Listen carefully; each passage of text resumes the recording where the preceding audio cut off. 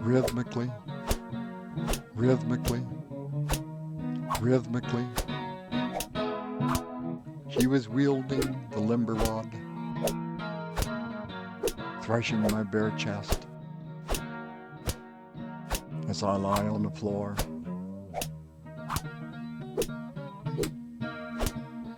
I noticed her eyes. She was gazing out into space. And momentarily I had an intuitive connection with her. I could see that in her mind, she was beating her father.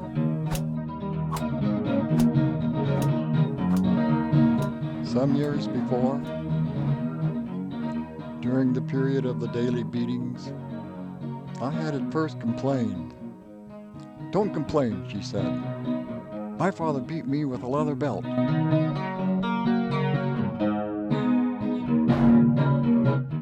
I spent a couple of summers during World War II working with my grandfather on the farm.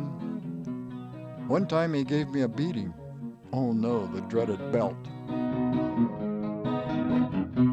But when the beating began, I started to snicker. I tried not to, I just couldn't hold it in. As an instrument of torture, the belt just didn't cut it. Was my grandfather restraining himself? No. When all the limber rods had gotten dry in the wintertime air and broke, my father once or twice resorted to using a belt, and the belt just barely raised welts, much less did it break the skin. Did I fear the belt? Did I fear the limber rod? No.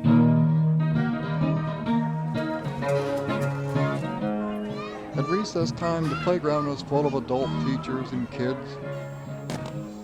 As I leaned over to grab the bouncing ball, a gust of wind blew the shirt over my head. A kid nearby said, "Oh, what happened to you?" I said, "What do you mean?" He said, "Your back. It's all full of scabs and dried blood." I said, "Oh, yeah, well, my parents beat me a lot." He said, "Your parents do that to you?" Then he said, "Would you show your back to my friend? He's just right over there." I said, "Okay." When I turned around, there was a circle of kids all standing silently looking at my back. And it dawned on me that they didn't get beaten by their parents. One of the kids asked, "Does it hurt when they do that to you?" I said, "No." And it was true. Somehow I had learned to disconnect my feelings from my body. It's probably for that reason that I had no fear of the belt or the rod.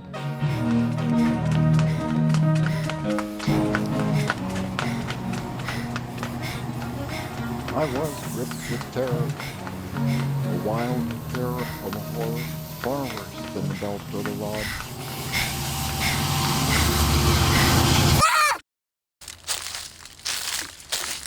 One time when we were walking back to the car, we suddenly froze in our tracks. Seemingly out of nowhere, a huge farmer appeared. After looking us over, he said, "What have we here? A father and son tramping through the woods on a fine Saturday afternoon?" My father was still speechless, and he couldn't respond. The farmer noticed the fir tree branches Dad was carrying under his arm. Dad gave a nervous little laugh. "You know, spare the rod, spoil the child." Farmer didn't smile.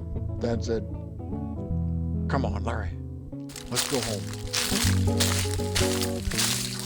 The next time we drove to the country, Dad said, "Larry, the branches that I cut to make rods are for your benefit. From now on, you'll cut them. Just remember the rule of thumb. If they're smaller than my thumb, they won't be strong enough to do the job. If they're bigger than my thumb, they might break your bones. I was nervous about this assignment because I knew that the farmers sometimes use those fir trees as Christmas trees. But I always ran into the farm real fast and cut the branches real fast and ran back to the car real fast, and the farmers never caught me.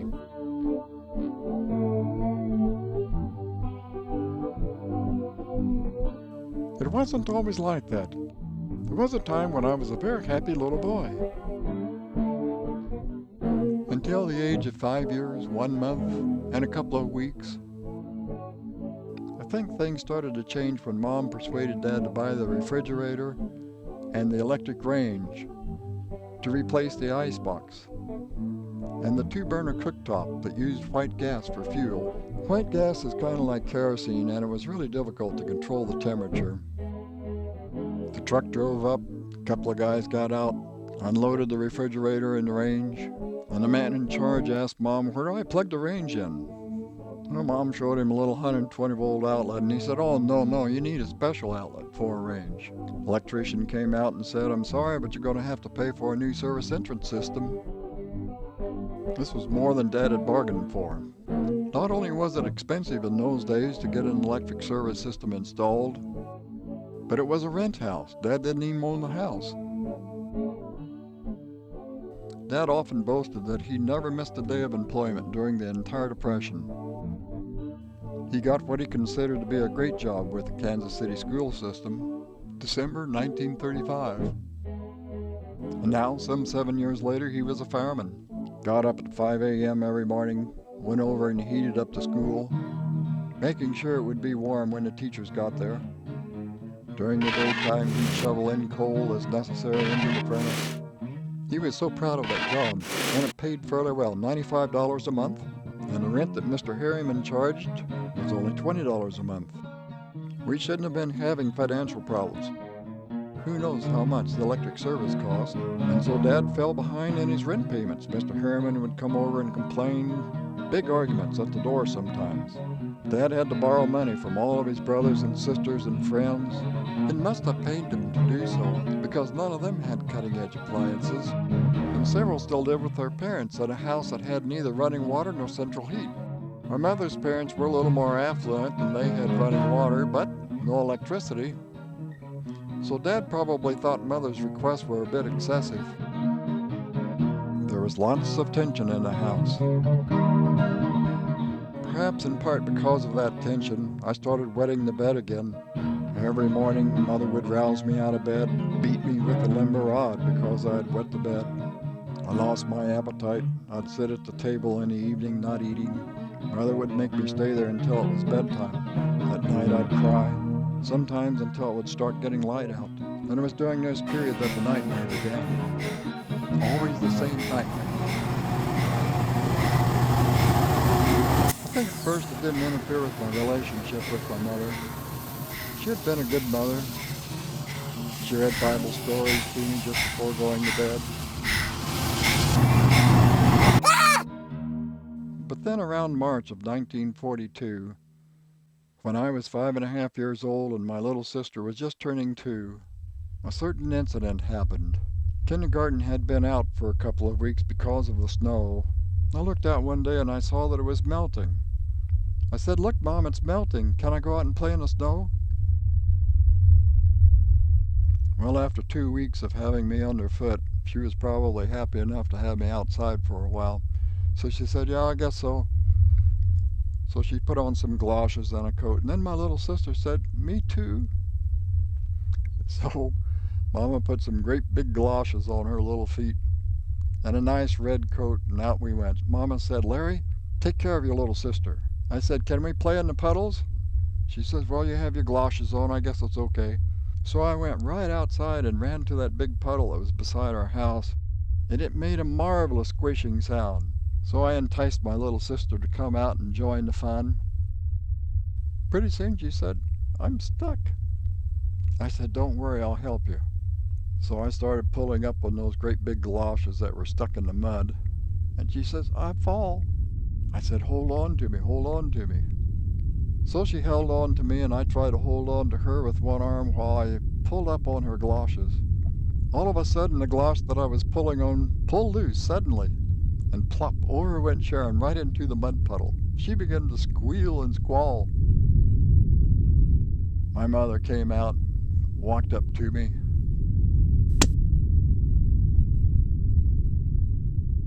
There wasn't so much to slap, it didn't even make blood.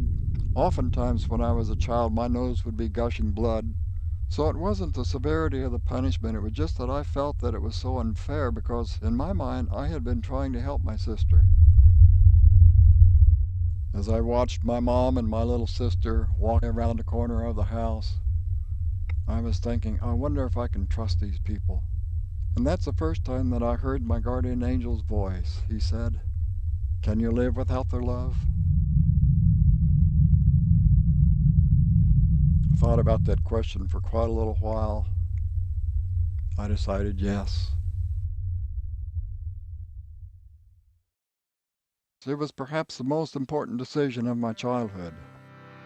Had I not made that decision, almost certainly I would have become a fundamentalist like my parents. I would have beaten my children. I would have hated the Catholic Church. As it was extremely difficult to give up my fundamentalist beliefs. If I would have been attached to my parents, I could never have done it.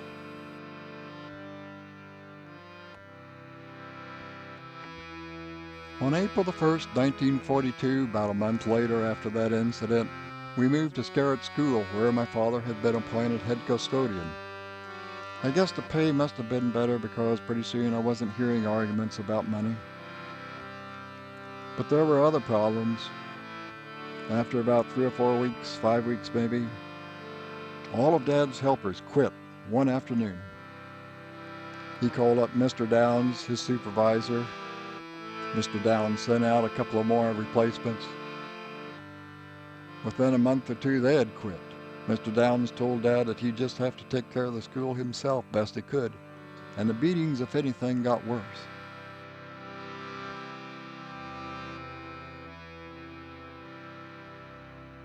When I entered the first grade, Mother had decided, I guess, that the beatings weren't working, so she devised a new punishment for wetting the bed.